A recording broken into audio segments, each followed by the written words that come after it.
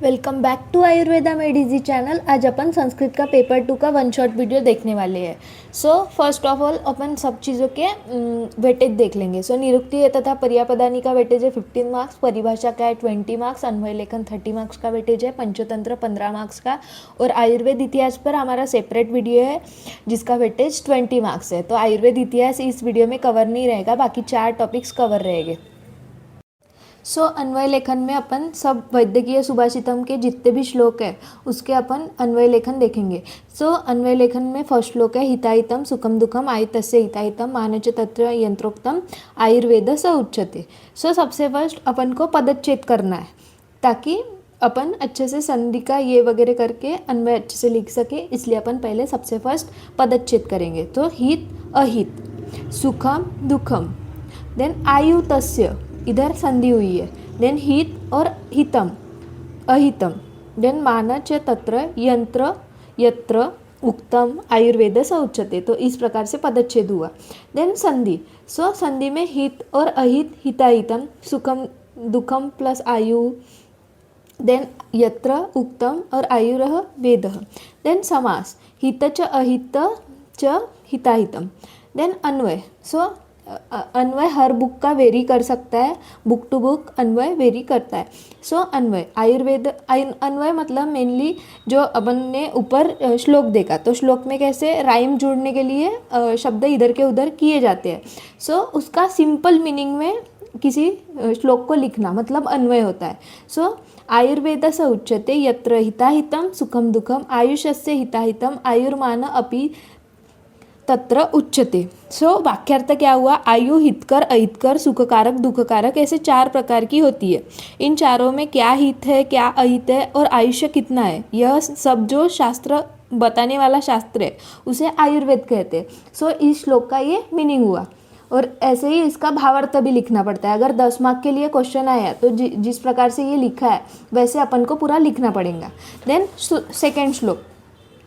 Second श्लोक है काय वाग बुद्धि विषया ये मला संपुष्टा चिकित्सा स्थान अध्यस्ते लक्षण स्थान अध्यस्त न्यान्यते न विशेषतः। पदच्छेद है काय वांग बुद्धि विषया, इधर पदच्छेद नहीं दिया है, बुद्धि विषय ये मला संपुष्टा। देन संधि समास, ये आप सब चीज़ों का देख लेना। देन अपन अन्वय देखेंगे। ये मला काय वांग बुद्धि विषया संपुष्टा। हाँ, और अन्वय लिखते टाइम सबसे पहले जो क्रियापद होता है वो लास्ट में लिखना, और कर्ता कर्म और क्रियापद ऐसे करके ये तैयार होता है। अन्वय ये मला काय वांग बुद्धि विषया संपुष्टा तेषां चिकित्सा लक्षणम अध्यात्म शास्त्र तेवा विशेषता। इसका अर्थ है, जो ये श्लोक का मीनिंग होता है, शरीर वाणी और बुद्धि से संबंधित जो दोष होते हैं उनका शुद्धिकरण क्रमशः चिकित्सा मतलब शरीर का चिकित्सा से, वाणी का व्याकरण से और बुद्धि का अध्यात्म के माध्यम से होता है। इसका सिंपल मीनिंग ये है, इसीलिए इसमें ये मला।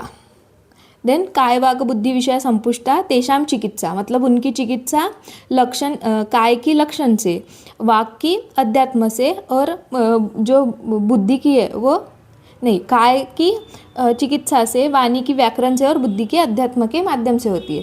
इसका ये मीनिंग है। अगर आपको ये सब श्लोक के मीनिंग तो भी पता होने चाहिए, क्योंकि ये सिलेबस का इंक्लूडिंग ये नहीं है। जैसे अष्टांग हृदय के श्लोक है तो अपन कभी ना कभी तो पढ़ते हैं अष्टांग हृदय, बट ये वैद्य जो है वैद्यकीय सुभाषित साहित्य, इसका श्लोक अपन को इसके मीनिंग अगर पता नहीं रहेंगे तो अपन इसका मीनिंग भी नहीं लिख पाएंगे और अन्वय भी नहीं लिख पाएंगे, इसलिए मीनिंग पता होना चाहिए। तो एटलीस्ट अपन अन्वय लिखना ट्राई कर सकते हैं अपन पेपर में। नेक्स्ट श्लोक है अत मैत्रीपर पुनम आयुर्वेद पुनर्वसु शिष्येभ्य दत्तवान षडेभ्य सर्वभूता अनुकंपया। इसका जो भावार्थ है मतलब भावार्थ है कि जो मैत्री भाव से परिपूर्ण पुनर्वसु मुनि को सभी प्राणी मात्रा के प्रति स्नेह था, इसलिए उन्होंने यह भावार्थ मतलब बहुत बड़ा दिया है इसमें।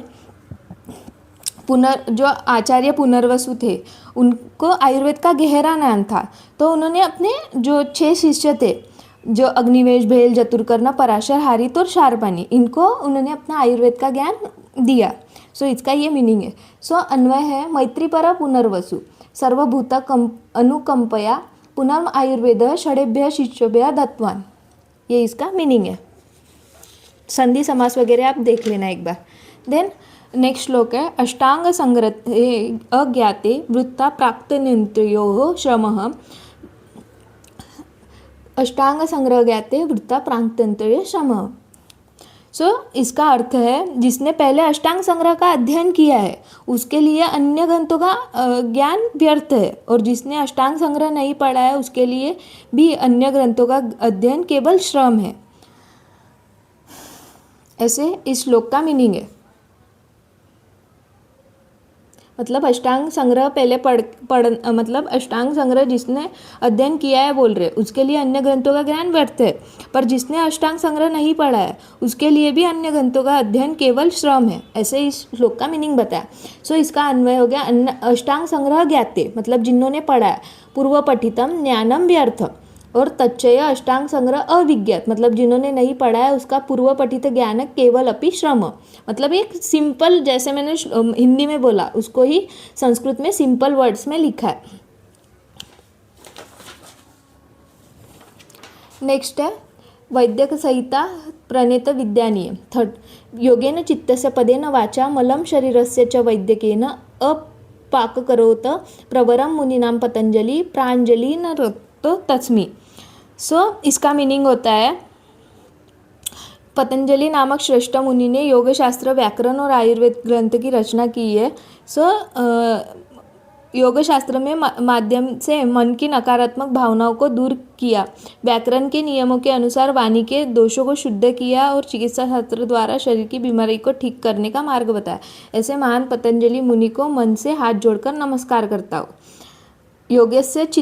योगेन चित्तस्य मतलब योग से इसका चित्त का मन की नकारात्मकता को ये किया, और मल से शरीरस्य वाणी के दोष शुद्ध किए व्याकरण से, और चिकित्सा शास्त्र द्वारा शरीरों की बीमारियों का ठीक करने का मार्ग बताया। तो ऐसे जो पतंजलि है उनको मैं नमन करता हूँ, मन से हाथ जोड़कर नमस्कार करता हूँ, ये इसका सिंपल मीनिंग है। और इसका अन्वय योगेन चित्तस्य पदेन वाचा और मल शरीरस्य वैद्यकेन च य प्रवर मुनि पतंजलि अपाकरोति प्राजलिबद्ध करोमि। ये थोड़ा सा बोरिंग पार्ट है, आपको भी लग रहा होगा। इह चत्वारि दानानि परश्मिभिः इहं चत्वारि दानानि प्रोक्तानि परमर्षिभिः विचार्य नानाशास्त्राणि शर्मनेत्र परं च भीतेभ्याभयभयं देय व्याधिते भयस्त औषधम देया विद्यार्थिने विद्या देय अन्य शुधातुरे। इसका अर्थ है अनेक शास्त्रों का अध्ययन करके परम महर्षि ने बताया है कि लोक और परलोक में सुख प्राप्ति के लिए चार प्रकार के दान करने चाहिए। वे डर से काँप रहे व्यक्ति को अभय का दान, रोगी को औषधि का, विद्यार्थी को विद्या का और भूख को अन्न देना। सो मेनली इसके आप श्लोक देखकर आपको इसका एटलीस्ट भाव मतलब जो मतलब है वो पता रहेगा, तो आप अन्वय लिखना आपके लिए इजी हो जाएगा, क्योंकि वही अपन को संस्कृत में अन्वय मतलब जो हिंदी में अपन लिख रहे हैं उसको ही संस्कृत में अगर आपने ट्रांसलेट कर लिया सो आपको मार्क्स मिल जाएंगे। देन नेक्स्ट है अपना संति दानान्य अनेकानि की तैस्तु उच्चफल प्रदैः अभीति दानतुल्यम तु परमेकम न विद्यते। सो इसका जो है अर्थ इसका अर्थ है इस संसार में अनेक प्रकार के दान होते हैं जो तुच्छ फल देने वाले होते हैं, परंतु अभय दान जैसे कि जीवन दान या फिर रोग मुक्ति या भय से मुक्ति यह सबसे श्रेष्ठ फल देने वाला दान है। इस श्लोक का मीनिंग ये होता है। सो अन्वय लिखा है अनेक विध तुच्छ फल प्रदम दानानि सन्ति परम अभीति दानम तुल्य परम दानम तस्य फलम श्रेष्ठ अस्ति। वही इधर संस्कृत में बताया। देन अध्याय 5 है रोगारोग्य विद्या नियम। सो इत्वे सत्व रजतम इति मानसो स्त्रुस्त्रयो गुणाः तेषां गुणानां साम्यं तद यत आहु स्वास्थ्य लक्षणम। सो अन्वय इसका वाक्यार्थ है सत्व रजतम जो है वो 3 मन के गुण होते हैं। इन गुणों में संतुलन या साम्यावस्था होना ही मानसिक स्वास्थ्य कहलाता है। सो सत्व रज तम इति त्रयो मनसः गुणा, ये 3 मन के गुण हैं, ऐसे इसका मीनिंग हो गया। देन यद तेषाम गुणानाम साम्य तद स्वास्थ्य लक्षण, मतलब इन गुणों का साम्यता रहेगी तो स्वास्थ्य के लक्षण हो जाएंगे। देन नेक्स्ट है समान अग्नि समधातु मलक्रिया प्रसन्न आत्मी इंद्रियार्थ स्वस्थ इत्यादि दीयते। सो इसमें स्वस्थ की डेफिनेशन दी है। सो एक कोई स्वस्थ कब कहला जाएगा, जब उसकी अग्नि समान हो, धातु समान हो, मल क्रिया वगैरह अच्छी हो रही होंगी, आत्मा वगैरह प्रसन्न, इंद्रिय मन वगैरह, तो उसको स्वस्थ कहा जाएगा। और उसका अन्वय दोषाः अग्नि धातव मलादि क्रियायां सम आत्मा इंद्रियाणि मनस प्रसन्न संति प्रकृति स्वस्थ इति अभिधीयते। नेक्स्ट है व्यायाम विज्ञानीयम। सो तुलभ्रमणम गुणाकर्ष धनुराकर्षणादिभिः आयामो विविध अंगानां व्यायाम इति कीर्तित। सो इसका मीनिंग होता है गदा घुमाना, रस्सी खींचना या धनुष्य की डोरी खींचने जैसी क्रियाओं से शरीर का जो श्रम होता है उसे व्यायाम कहते हैं। तो इसका ये सिंपल मीनिंग है। अन्वय तुलभ्रमणम गुणाकर्ष धनुराकर्षण आदि भी विविध अंगानाम व्यायाम इति व्यायाम कीर्तित। अगर आप 5-6 श्लोक का अन्वय ऐसे निरीक्षण से देखोगे तो आपको एक पैटर्न समझ में आएगा कि अन्वय कैसे करते। तो अच्छे से एक बार देख लेना। देन नेक्स्ट है शनै रतैः शनै पंथाः, ये भी इम्पोर्टेंट श्लोक है, पूछा जाता है। शनै रतैः शनै पंथाः शनै पर्वत आरुतः चनर्विद्या च धर्मश्च व्यायामश्च शनै शनै। सुभाषित का जो अर्थ है वो है कि यह बताया है कि कुछ काम ऐसे होते हैं जिन्हें हमेशा धीरे धीरे करना चाहिए, धीरे धीरे धैर्य और संयम के साथ करना चाहिए। जैसे पैसे का उपयोग हो गया, यात्रा करना, पर्वत चढ़ना, विद्या प्राप्त करना, धर्म की साधना और व्यायाम करना। सो ये सबको धीरे धीरे करना चाहिए, ऐसे इसका मीनिंग है। देन नेक्स्ट है, इधर एक श्लोक मिसिंग है, मेदो जो कृषोधर वाला। सो वो उसका जो मेनली ये है मीनिंग। सो उसका मीनिंग ये है कि बताया उसमें कि व्यायाम के जो ये होते हैं वो बताया। सो व्यायाम से क्या होता है, वसा कम होता है, शरीर स्लिम होता है, पेट नहीं बढ़ता, शरीर में हल्कापन महसूस होता है, व्यक्ति में स्फूर्ति या कार्य क्षमता आती है, लक्ष्य पर क्या ध्यान केंद्रित होता है। जिस जानवर का शिकार करना है उसके चेहरे पर भय क्रोध आदि दिखाई देता है, वह शिकारी के लिए आत्मगौरव की बात बन जाती है। सो ऐसे उसमें व्यायाम का ये बताया। सो ये श्लोक मैं टेलीग्राम पे ये इमेज डाल दूंगी इस श्लोक की। देन नेक्स्ट है 7वां अध्याय वायुतंत्र यंत्रधर प्राण उदान वायुतंत्र यंत्रधर प्रवर्तक चेष्टानाम उच्चवचानाम नियता प्रणेता च मनस सर्वे इंद्रियाणाम उद्योजक सर्वे इंद्रियाण नाम अभिवड्डा आयुष निवृत्ति प्रत्याभूत। सो ये श्लोक है। सो इसका जो मीनिंग है, वायु शरीर रूपी यंत्र को धारण करने वाला है, वह छोटे बड़े सभी प्रकार के प्रयासों को प्रेरित करता है वायु, और वह मन को नियंत्रित भी करता है, सभी इंद्रियों को मन की ओर ले जाने वाला है, और वायु जीव की निरंतरता को साक्षी है। सो ये इसका मीनिंग हो गया। और इसका अन्वय है वायु तंत्र यंत्रधर वायु उवाच अवचानाम चेष्टानाम प्रवर्तक मनसः नियता प्रणेता च सर्वे इंद्रियाणाम उद्योजक अभिवोड्डा च आयुष्य अनिवृत्त प्रत्यय भीत। नेक्स्ट है यावद वायु स्थितो देह ताव जीवनमुच्यते मरणं तस्य निष्क्रांतिस्ततो वायु निराधरित। सो इसका वाक्यार्थ है जब तक शरीर में वायु का अस्तित्व होता है तब तक वह शरीर जीवंत रहता है। जब वायु निकल जाती है तब उसे मृत्यु कहा जाता है, इसलिए वायु का नियंत्रण करना चाहिए। ये इस श्लोक का मीनिंग है। सो अन्वय भी देखो, यावत वायु देह स्थित, मतलब जब तक वायु शरीर में रहती, शरीर में अस्तित्व है तब तक जीवन, और तस्य निष्क्रांते मरणम उच्यते वायु निर्धारयेत्। देन नेक्स्ट है ये श्लोक यथा सिंहो गजो व्याघ्र भवेद वश्य शनै शनैः तथैव सेवितो वायुरंथा हंति साधकम।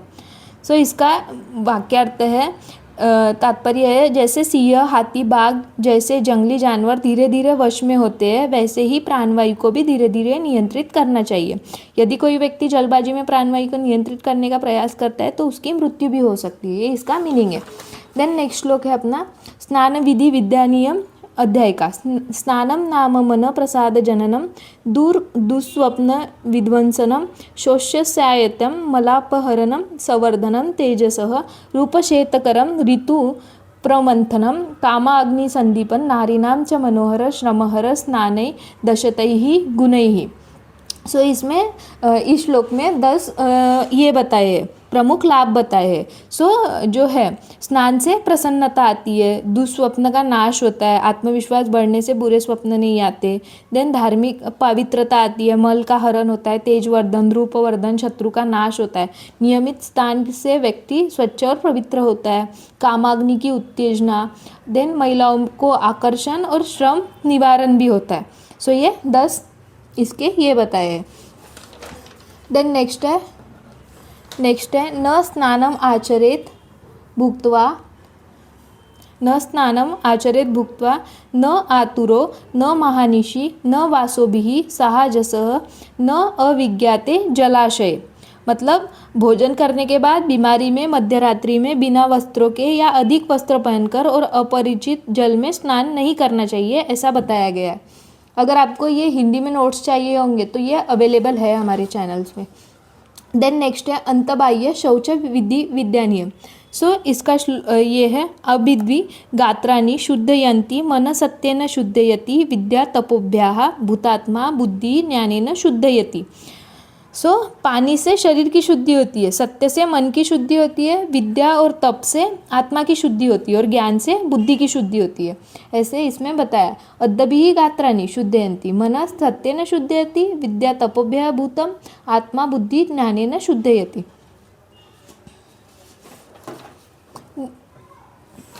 नेक्स्ट है मनःशुद्धिश्च विद्यया धर्मेनाध्यात्म विद्यया। सो इसका अर्थ है मन की शुद्धि धर्म के आचरण, अध्यात्म और विद्या से होती है। नेक्स्ट है जल विद्या नियम। पानीयम प्राणिना प्राणा विश्वमेवं च तन्मयम न हि तयोदीनां वृत्ति स्वस्थस्य व्याधितस्य वा। इसका मीनिंग है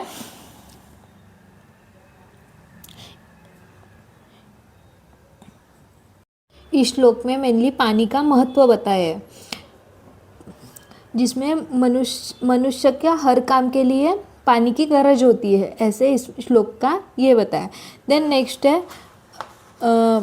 नेक्स्ट है अजीर्ण भेषजम वारी जीर्णे वीरम बलप्रदम भोजने चामृतवारी भोजनांते विषप्रदम। सो पानी अगर अजीर्ण से पीड़ित व्यक्ति के लिए औषध के समान पानी काम करता है। यह भोजन के पाचन में सहायता करता है और जिसका भोजन पूर्णतः पच चुका है उसको बल प्रदान करता है। भोजन करते समय थोड़ा थोड़ा पानी अमृत के समान होता है, किंतु भोजन के तुरंत बाद पानी पीना विष के समान हानिकारक होता है। सो इस श्लोक का मीनिंग ये है और ये श्लोक भी इम्पोर्टेंट है, पूछा जाता है। नेक्स्ट है मनःशुद्धिश्च विद्ययो धर्मे आत्मान विद्या, हो गया शायद।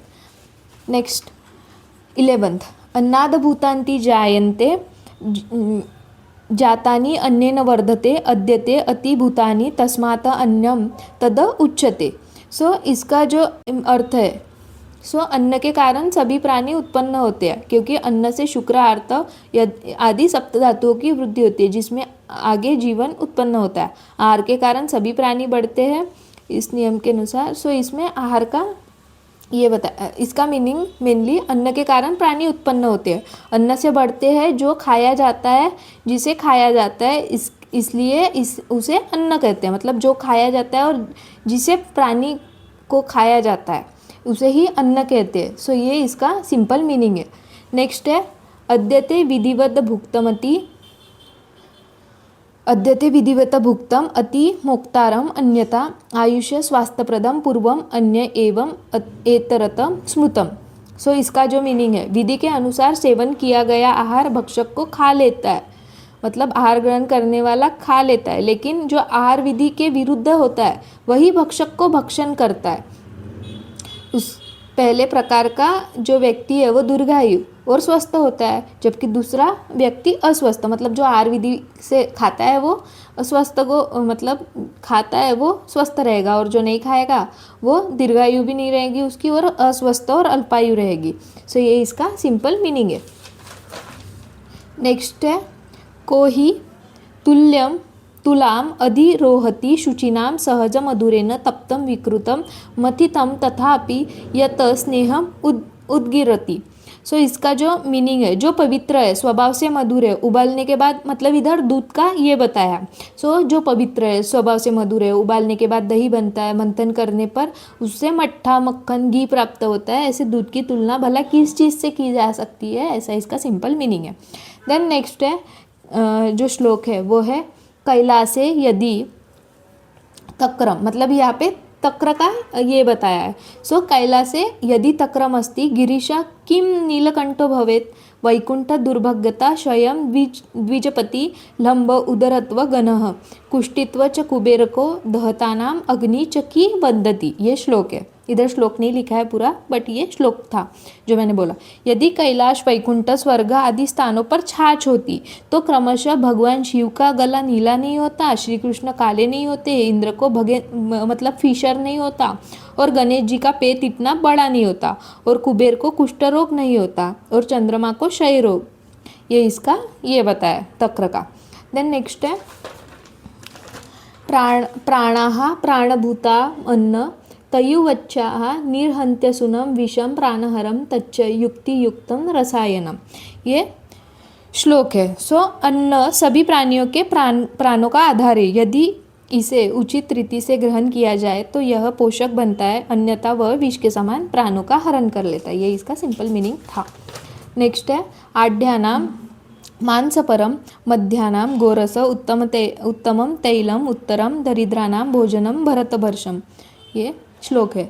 सो इसका मीनिंग है जो मीनिंग है वो है अमीर लोगों के लिए मांसाहारी, मध्यम वर्गीय लोगों के लिए दुग्ध और गरीबों के लिए तेल युक्त आहार श्रेष्ठ माना गया है। सो ये इसका मीनिंग था। अपन मीनिंग और यही देख ले ताकि आप अन्वय लिख पाओगे, इतना अन्वय वन शॉट में करना पॉसिबल नहीं है। सो नेक्स्ट है भोजनाने च किम पेयम जयंतः कस्य वह सुतः कथ विष्णुपदम प्रोक्तम तक्रम शक्रस्य दुर्लभम। सो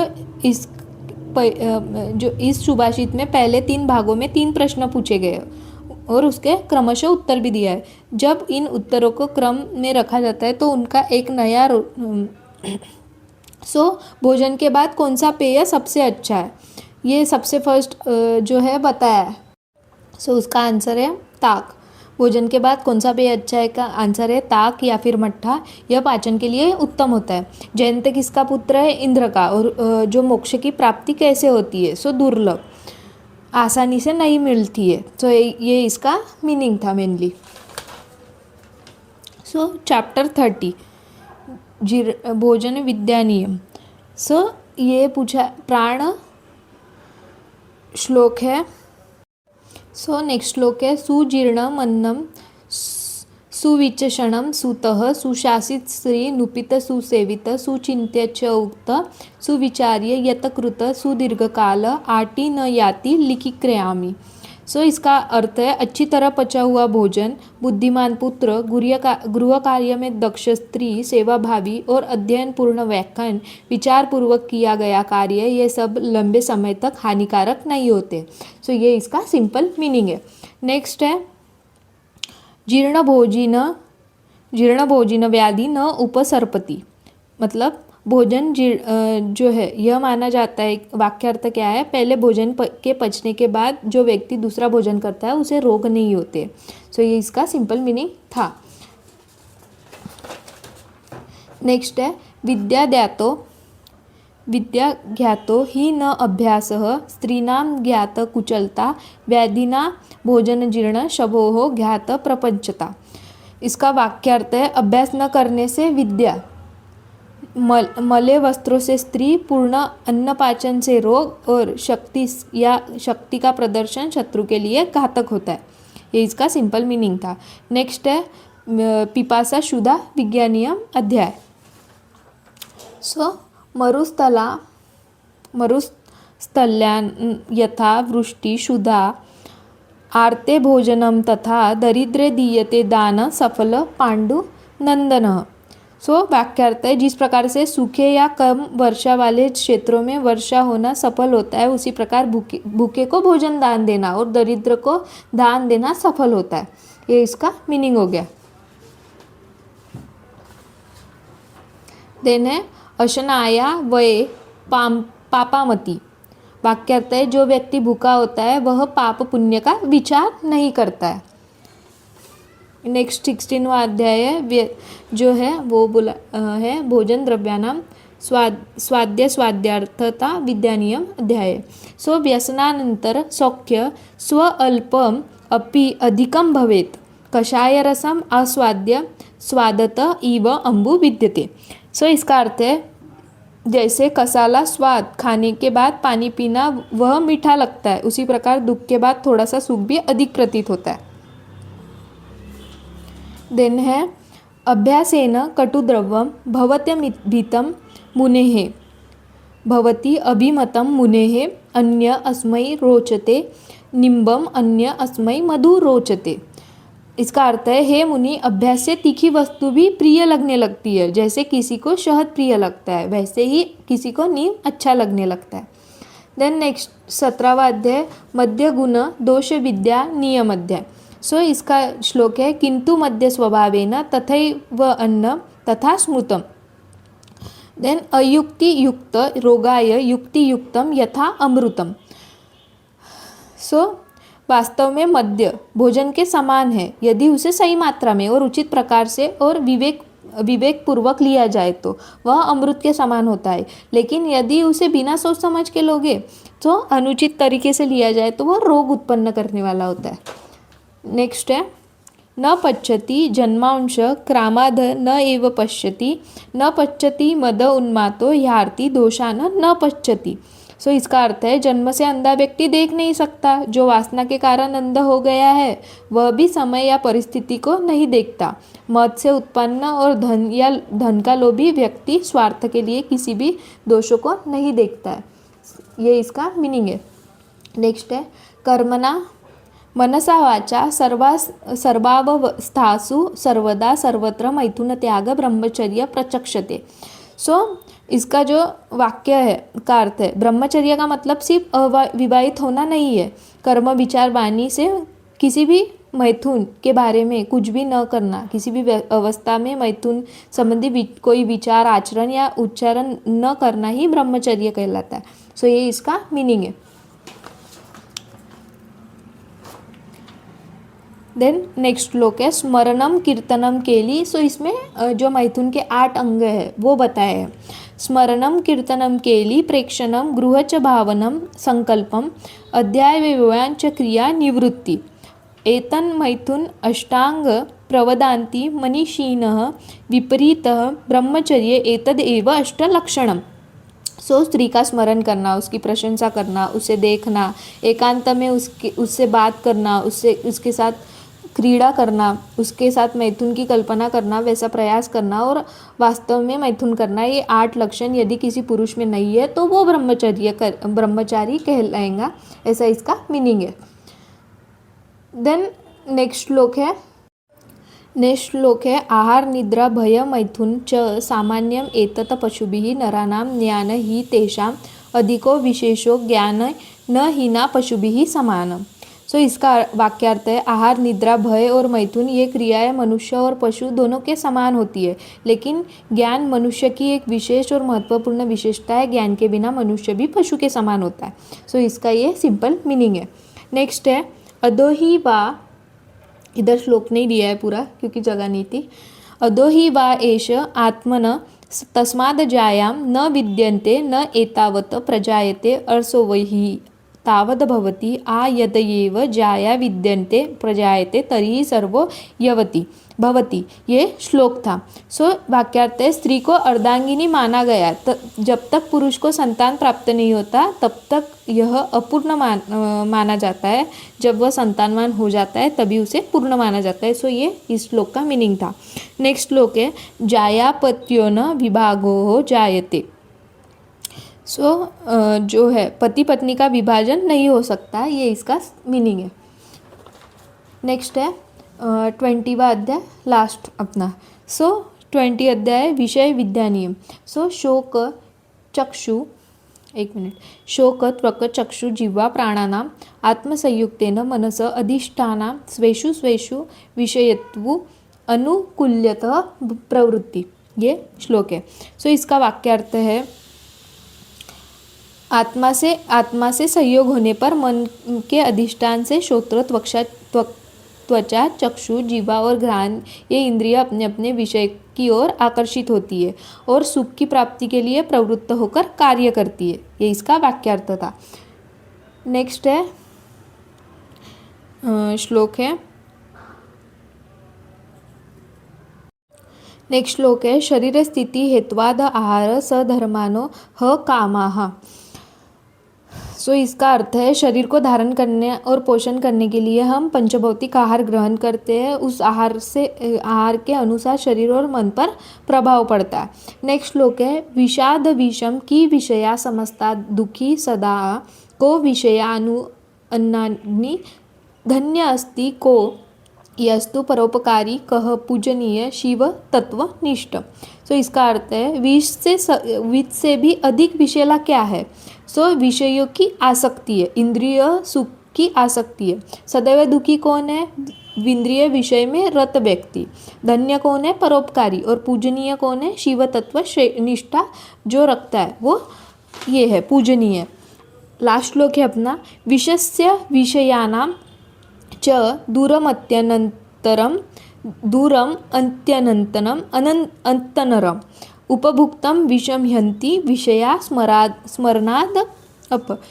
सो इसका अर्थ है, विष और विषय इन दोनों में बहुत अंतर होता है। विष का सेवन करने से प्राण नष्ट होता है, लेकिन विषय का केवल स्मरण ही प्राणों का नाश कर देता है। सो अपन ने वैद्यकीय सुभाषितम के सब श्लोक देख लिए और अपन ने जो अष्टांग हृदय वाले श्लोक इस वीडियो में इंक्लूड नहीं किए हैं, वो अपन मतलब पढ़ते रहते हैं तो अपन को उसका मीनिंग पता होता है। इसका मेरा मेन गोल यही था कि इन सब का अगर आपको मीनिंग पता रहेगा तो आप अन्वय लिख पाओगे, और अन्वय मैंने हर श्लोक का लिखा है, तो आप एक बार वीडियो देखते देखते पढ़ लेना।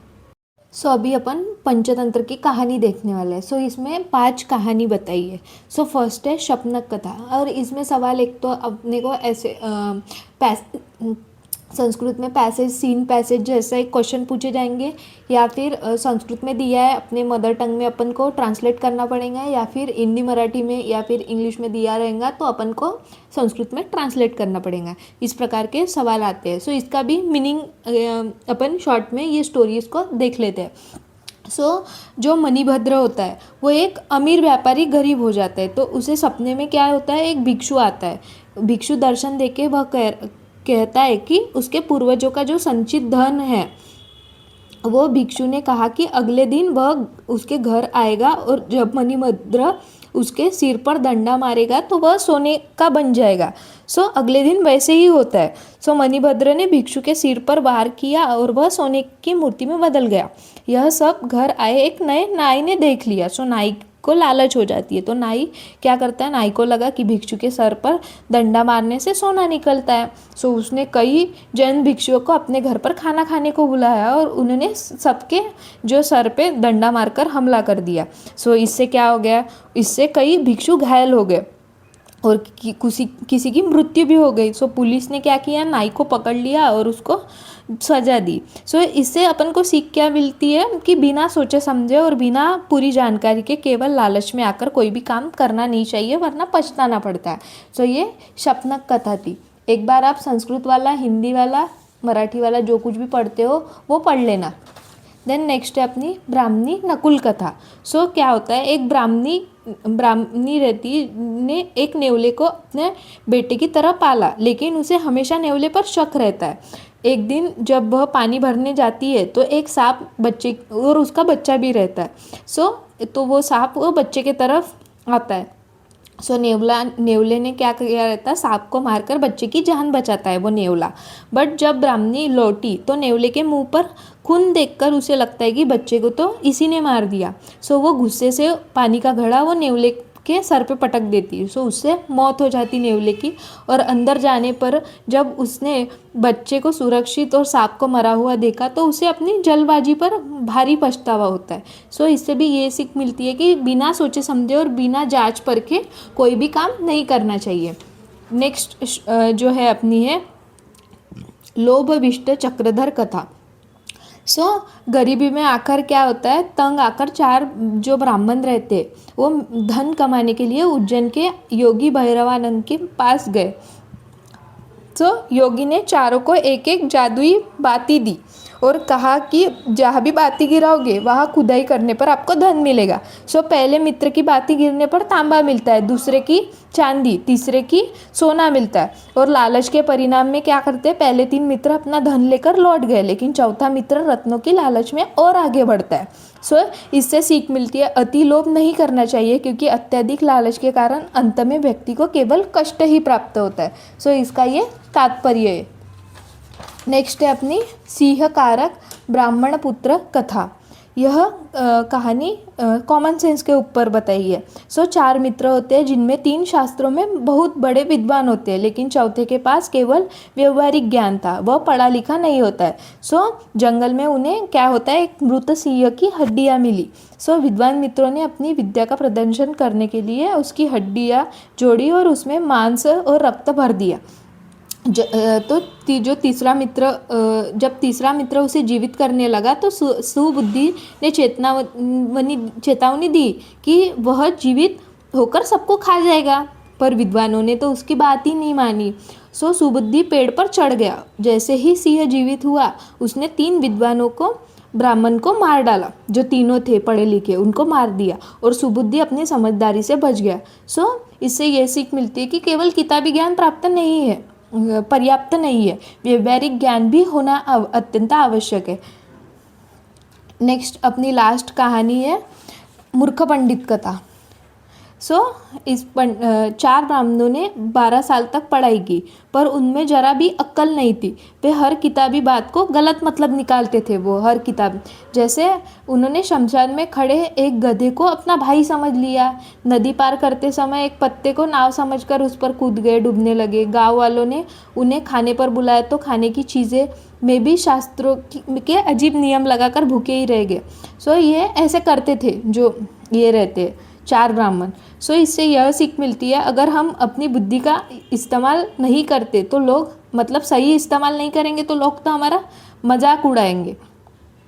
सो ये इसका मूर्ख पंडित कथा का ये है। सो सब कथाएं एक बार पढ़ लेना। बदानी देखने वाले हैं जिसका वेटेज कुल 15 मार्क्स है। सो फर्स्ट निरुक्ति है अपनी आयु। सो आयु शब्द की निरुक्ति। आयु शब्द की उत्पत्ति गति अर्था परक इन शब्द से हुई है। गति अर्थ परक इन शब्द से हुई है। और सेकंड श्लोक है आयु का शरीर इंद्रिय सत्वात्म संयोगधारी जीवितम नित्यकश्च अनुबंध पर्यायी आयु उच्यते। सो इसमें इस श्लोक में पर्याय शब्द दिए, जैसे कि धारी हो गया, मतलब धारण करता है, शरीर का धारण करता है। जीवित मतलब प्राण को धारण करता है। नित्य जो प्रतिदिन जाते, आयु प्रतिदिन जाती रहती है, इसलिए इसको नित्यक। और अनुबंध शरीर या प्राण से सदा लगा रहता है। अनुबंध मतलब संबंध है वैसे। सो ये आयु के इधर पर्याय नाम बताया। और शरीर इंद्रिय सत्व आत्मा इनके संयोग को कुल क्या बोलते हैं, आयु बोलते हैं। देन सेकेंड है अपना शरीर। शरीर की निरुक्ति है श्रु प्लस ईरन। श्लू प्लस ईरन से मिलके बना है शरीर शब्द। और सेकंड है शीर्यते इति शरीरम। ये श्लोक है, मतलब जिसका प्रतिदिन जीजता है वो, उसे शरीर बोलते हैं। देन पर्याय अपना काय देह क्षेत्र तनु कलेवरम। देन थर्ड है मन। निरुक्ति है मन प्लस असून। और श्लोक है मननात मन। देन इसके पर्याय शब्द है चित्त, चेत, हृदय, अंतःकरण, मति और मेधा। नेक्स्ट है अपना अग्नि। अग्नि की निरुक्ति है अग्न। अग्नि शब्द अगिगतो धातु से बना है। तेजत्वा भी संबंधात तेज। देन पर्याय है तेज, वन्नी, अनिल, पाचक, ज्वलन। ये सब अपने को लर्न ही करना पड़ेगा, क्योंकि अगर ये लर्न कर लिया तो अपने 15 मार्क्स यूनिवर्सिटी में कंफर्म हो जाते हैं, तो इसलिए इसको लर्न कर लेना। देन जल। जल की निरुक्ति है जलति, जीवयति, लोकानयति। मतलब जो लोग को जीवन दे उसे क्या बोलेंगे? जल। ये इसकी निरुक्ति हो गई। और एक श्लोक है जो कि अपने को इधर भी देखने को मिलता है पदार्थ विज्ञान में, आपत्वा भी संबंधात आप। जल को ही आप बोलते हैं, जैसे इधर अग्नि के लिए लिखा है तेजत्वा भी संबंध, जिसका तेज से संबंध होता है उसे अग्नि, जिसे पानी से संबंध होता है उसे आप जल बोलते हैं। देन नेक्स्ट है अपना वात। निरुक्ति है वा गति गंधयो। इस शब्द से वात का ये हुआ है, वात शब्द बना है। और पर्याय है वायु, मरुत, अनिल, समीर और ज्वलन। वात के लिए अनिल बोलते हैं और पित्त को अनल बोलते हैं, यहाँ पे कंफ्यूजन होता है मेनली, सो ये ध्यान में रखना। वायु, मरुत, अनिल, समीर और श्वसन। देन नेक्स्ट है पित्त। पित्त की निरुक्ति है तप संतापे धातु में कृदंत विहित प्रत्यय द्वार। और पित्त का रस होता है तिक्त, इसलिए उसको तिक्त बोलते हैं। तेजोमय, अनल, वन्नी और उष्ण। देन नेक्स्ट है कफ। ये अपने को वात पित्त कफ तो मेनली इस पे सेपरेटली चैप्टर्स ही है क्रिया शरीर में, सो ये निरुक्ति अपने को उधर भी आती है। देन कफ की निरुक्ति है श्लिष्ण ते अनेन इति श्लेष्मा और केन जलेन फलति इति कफ। मतलब जिस अर्थात जल से जो फलीभूत होता है उसे कफ बोलते हैं वैसे। और इसका पर्याय शब्द है श्लेष्मा और शीत। देन नेक्स्ट अपना रस। निरुक्ति है रसगतौ धातु और गच्छति इति रस। मतलब रस जो दिन रात गतिशील रहता है उसे रस बोलते हैं, ऐसे इस लाइन का मीनिंग है। देन हर इसमें अपन ये श्लोक चला सकते हैं धारनात धातव। अगर अपने को इन केस जो मैंने अंडरलाइन की है वो निरुक्ति एग्जाम में लर्न नहीं आती है, तो अपन ये जो सेकंड श्लोक्स है वो लिख के आए तो भी काम चल जाता है। सो ये श्लोक्स इजी है एज कंपेयर टू निरुक्ति, याद रखना। सो मेनली तो लर्न करने का यही ट्राई करना, बट अगर नहीं आ रहा याद तो फिर अपन ये भी लिख के आ सकते हैं। देन रस के पर्याय आद्य धातु। रस क्या है? फर्स्ट धातु है, इसलिए आद्य धातु। आहार रस भी बोल सकते हैं इसको। पथ्य और रक्त धातु करता, मतलब रस से रक्त बनता है इसलिए इसको रक्त धातु करता भी बोला है। देन नेक्स्ट अपनी रक्त। सो रक्त की निरुक्ति है रज प्लस कित प्रत्यय। रजति, रज्जते वा इति रक्तम। मतलब जो रंजन का कार्य करता है उसे रक्त बोलते हैं। उसके पर्याय है रक्त, रुधिर, लोहित और शोणित। देन नेक्स्ट है अपनी मांस। मांस की निरुक्ति है मीश स्पर्धाया भेषति वा इति मांस। मांस वह है जिसे स्पर्धा या इच्छा से भक्षण किया जाता है। मतलब मांस के लिए एक स्पर्धा होती है जैसे प्राणियों में वगैरह, इसका अर्थ इस प्रकार से ले सकते हैं अपन। देन पर्याय मांस स्थिर बोलते हैं मांस को, क्योंकि वो स्थिर होता है। देन रक्त, तेज, मेधस कृत और राक्षस भोजन भी बोलते हैं। देन नेक्स्ट है अपना मिद। मेद, इसका निरुक्ति है मिद प्लस असून। देन पर्याय मांसज, मांस तेज, वस्सा, मांसासार और अस्थिकृत। ये कैसे इसके अपन इन जनरल भी बना सकते हैं। जो प्रीवियस धातु है उसको तेज लगा के एक पर्याय बनता है। देन मांसज बोल सकते हैं और मांसासार भी एक बोल सकते हैं। एंड अस्थिकृत, कृत किसको लगता है? आने वाले धातु को कृत लगाना है, और जो प्रीवियसली गया है उसको मांस तेज। ऐसे करके अपन हर जो सप्त धातु है उनके पर्याय शब्द बना सकते हैं। देन नेक्स्ट है अस्थि। अस्थि का निरुक्ति है अस प्लस कठिन। मेनली पूछते हैं ये अस्थि का वगैरह। मेदोज, मतलब जो गया है उसको अज प्रत्यय ज लगाया। देन मज्जाकृत, आने वाले को कृत लगेगा और जो गया है उसको मेदोस तेज ऐसे लग सकता है। और हड्डी और बलकर। देन मज्जा। मज्जा की है मज्जति अस्थिषु इति मज्जा। मतलब अस्थि में जो प्रेजेंट होता है उसे मज्जा बोलते हैं। देन पर्याय अस्थिस्तेय, शुक्रकर और अस्थिसार। देन नेक्स्ट है अपना शुक्र। शोधयति व शुक्रम। पर्याय है वीर्य, बीज, तेज, बल, रेत और पौरुष। नेक्स्ट है अपना इंद्रिय। इंद्रिय को इंद्र प्लस घन प्रत्यय, ये इंपॉर्टेंट है क्योंकि बहुत बार पूछते हैं। इंद्र प्राणतस्य लिंगम इंद्रियम। इसके पर्याय है हशिकम और विदाई। ये अपने को मतलब याद नहीं रहते, इसलिए ये लर्न करना। और ये पूछते हैं श्रोत्र। निरुक्ति है श्रु प्लस ट्रन। शब्दोपलब्धि साधनम इति श्रोत्रम। मतलब जो शब्द जिससे सुना जाता है उसे श्रोत्र बोलते हैं। पर्याय है कर्ण, श्रोत्र, श्रुति और श्रवण। देन नेक्स्ट है चक्षु। चक्षु की निरुक्ति है चक्षिंग प्लस उसप या फिर चक्षणे नेतिबा। और श्लोक है रसो उपलब्धि साधन, नहीं, इधर चक्षु का श्लोक गलत हो गया है, ये रूपो उपलब्धि साधनम चक्षु बरोबर है। देन पर्याय है लोचन, नयन, नेत्र, दृष्टि और अक्षिणी। देन रस का है रस प्लस लूट। निरुक्ति है रसोपलब्धि साधनम रसना। पर्याय है रसना और जीवा। देन घ्राण, जिससे स्मेल आती है उसे बोलते हैं घ्राण, जिसका श्लोक है निरुक्ति है घ्रायते विनेन इति घ्राण। सो इसका पर्याय है गंधवह, नासा और नासिका। देन नेक्स्ट है अपना धी। धी क्या है? धी की निरुक्ति है ध्या प्लस द्वीप। अधीत्य इति धी। पर्याय है बुद्धि, चेतना, प्रज्ञा और मति। देन नेक्स्ट है ध्रुति। ध्रुति की निरुक्ति है ध्रुव प्लस कितिन प्रत्यय और इसका धारयति इति ध्रुति। देन पर्याय है धारण, धैर्य, योग और पुष्टि। स्मृति, ये अगेन अपने को पदार्थ विज्ञान में है ये टर्म। निरुक्ति है स्मू प्लस की प्रत्यय। देन अनुभवजन्य ज्ञान स्मृति, जिससे अनुभव आता है, उस जिस ज्ञान से अनुभव आता है उसको स्मृति बोलते हैं। देन पर्याय चिंता, स्मृति, अध्ययन और उत्कंठा। देन नेक्स्ट है अपना मति। निरुक्ति है मन प्लस की प्रत्यय और पर्याय है बुद्धि, धी, प्रज्ञा, मति, चित्त और चेतना। नेक्स्ट है अपना प्रज्ञा। निरुक्ति है प्रज्ञान और वा। पर्याय है बुद्धि, धी, मति, चित्त और चेतना। नेक्स्ट है मूत्र। निरुक्ति है मूत्र प्लस घन। क्लेद वाहनम, मतलब जो क्लेद का वाहन करता है उसे बोलते हैं मूत्र। पर्याय है मल, प्रवाह और स्त्रवन। नेक्स्ट है अपना पुरुष। पु प्लस ईर्षण और अवष्टंभ इति पुरुषस्य। पुरुषस्य अवष्टंभ किसका कार्य है? पुरुष का, मतलब जो मल का धारण करे उसको बोलेंगे पुरुष। और शकृत, पीठ और मल। देन स्वेद। निरुक्ति है स्वेद प्लस घन। स्वेदस्य खेद विद्रुति। अंगों से निकलने वाले पदार्थों को क्या बोलते हैं? अपन स्वेद बोलते हैं, जिसका पर्याय है निद्राय, पलय, धर्म, गम और मल। देन नेक्स्ट है आत्मा। निरुक्ति है अत प्लस मनीन और अत सातत्य गमने सतिभ्याम।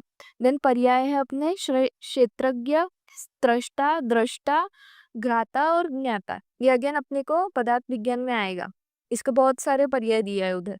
देन नेक्स्ट है रोग। निरुक्ति है रुज प्लस घनम। रुजंती इति रोगाः। पर्याय है व्याधि, रुजा, रुक और क्षय। नेक्स्ट है निदानम। निरुक्ति है नि प्लस दा प्लस लुट प्रत्यय।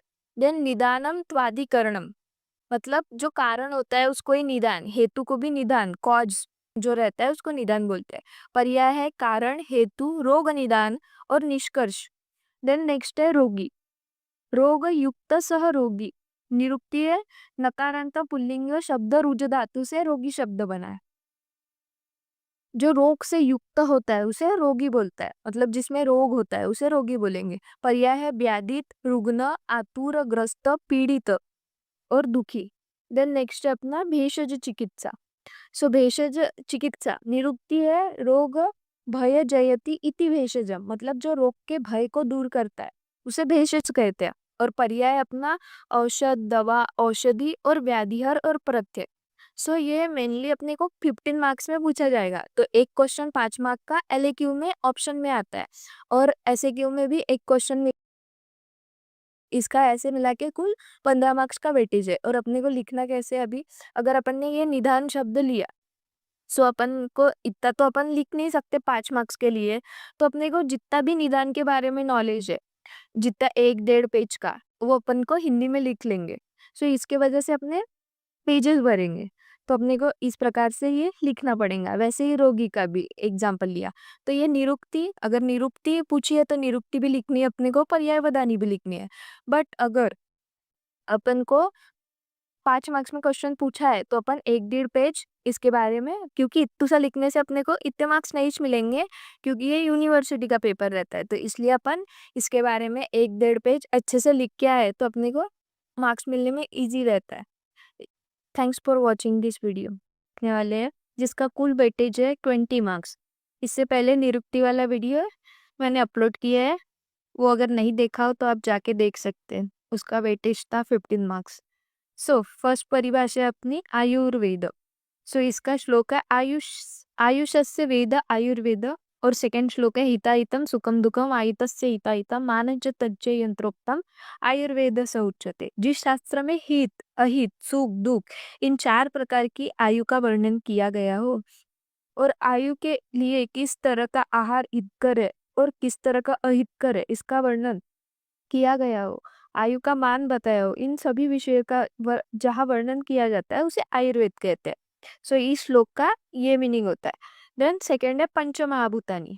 सो महांति भूतानी इति पंच महाभूतानी, फर्स्ट श्लोक। सेकेंड श्लोक है तत्र शरीर नाम चेतनाधिष्ठानभूत महाभूत विकार समुदायात्मक संयोग वाई। चेतना का अधिष्ठान और पंचमहाभूत रूपी विकारों का समुदाय शरीर कहलाता है। इस शरीर संयोग वायु होता है, अर्थात सप्तधातु, 3 दोष और मलों की साम्य अवस्था को क्या बोलते हैं? शरीर बोलते हैं।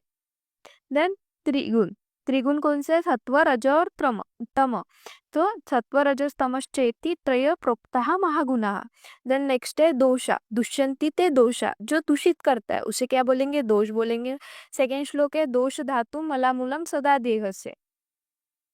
दोष धातु मल से बन के बनता है देह, मतलब शरीर बनता है। देन दोष के 3 टाइप्स है, वायु, पित्त और कफ। वायु, पित्त, कफ चेति त्रय दोषाः समासतः। नेक्स्ट परिभाषा है अपनी मल। मुज्यते शोधते अनेन इति मल, मतलब जो शरीर को निर्मल एवं शोधित करे उसे मल कहते हैं। देन नेक्स्ट श्लोक है अपना दोष धातु मला मूलम सदा देह से, ये अपन ने देख लिया था। देन नेक्स्ट है दुष्यम। सो रसांसुक मांसमेद अस्ति मज्जा शुक्रानि धातवः सप्तदूषमला स्वेदादयो अपि च, मतलब धातु, मल और धातु, सप्तधातु और त्रिमल, इनको मिला के क्या बनता है? दुष्य बनता है। नेक्स्ट परिभाषा है अपनी संसर्ग और सन्निपात। 2 दोषों के क्षय की व वृद्धि को संसर्ग बोलेंगे, और 3 दोषों की क्षय या वृद्धि को सन्निपात बोलते हैं। तो उसका श्लोक है संसर्ग सन्निपातश्च तद द्वित्रिशय कोप। संसर्ग का है द्वि और सन्निपात का है त्रिशय कोप। तो इसका मीनिंग इधर लिखा भी है। देन नेक्स्ट है द्रव्य। द्रव्यति गच्छति परिणामम इति द्रव्य। सेकेंड श्लोक है यत्र शीत कर्म गुण कारण संवाई यत्र द्रव्य, मतलब अर्थात द्रव्य या नित्य भाव पदार्थ है जो क्रिया और गुण का आधार तथा अनन्य कार्य द्रव्यों का समवायीकरण होता है। कर्म और गुण जिसपे कारण समवायी रूप से जो ये रहे उसको द्रव्य बोलते हैं। जिससे डिपेंड समवायी कारण हो, मतलब अनियत संबंध होता है कर्म और गुण का द्रव्य के साथ, इसलिए।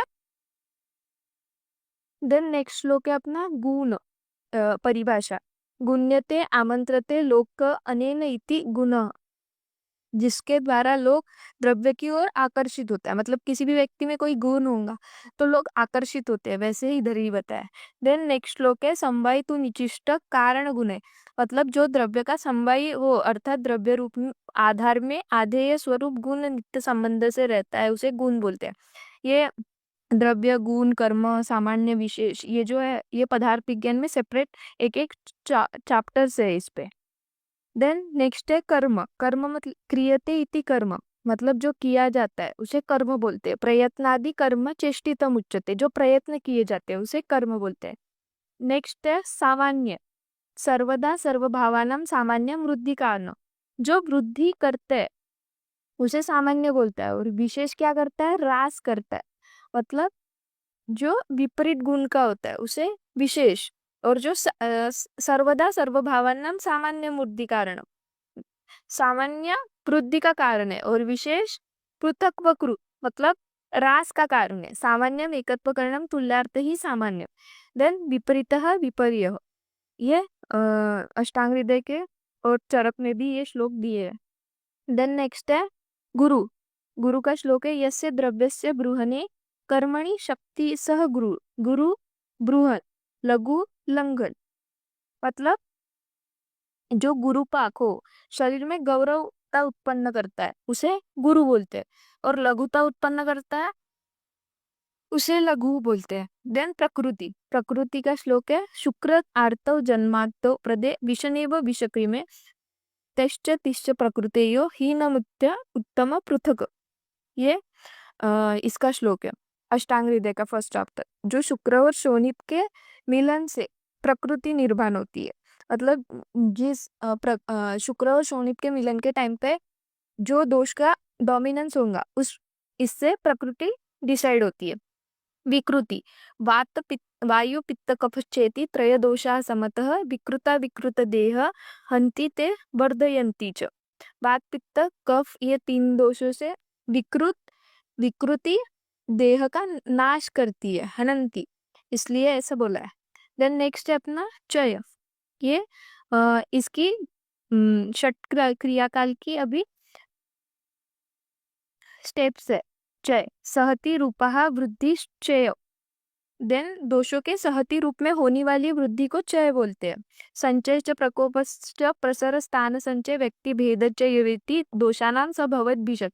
ये पूरा 6 जो छठ क्रिया काल का है उसका एक मतलब 6 जो ये है उसका मतलब संचय प्रकोप प्रसर, इसका एक श्लोक मतलब ये है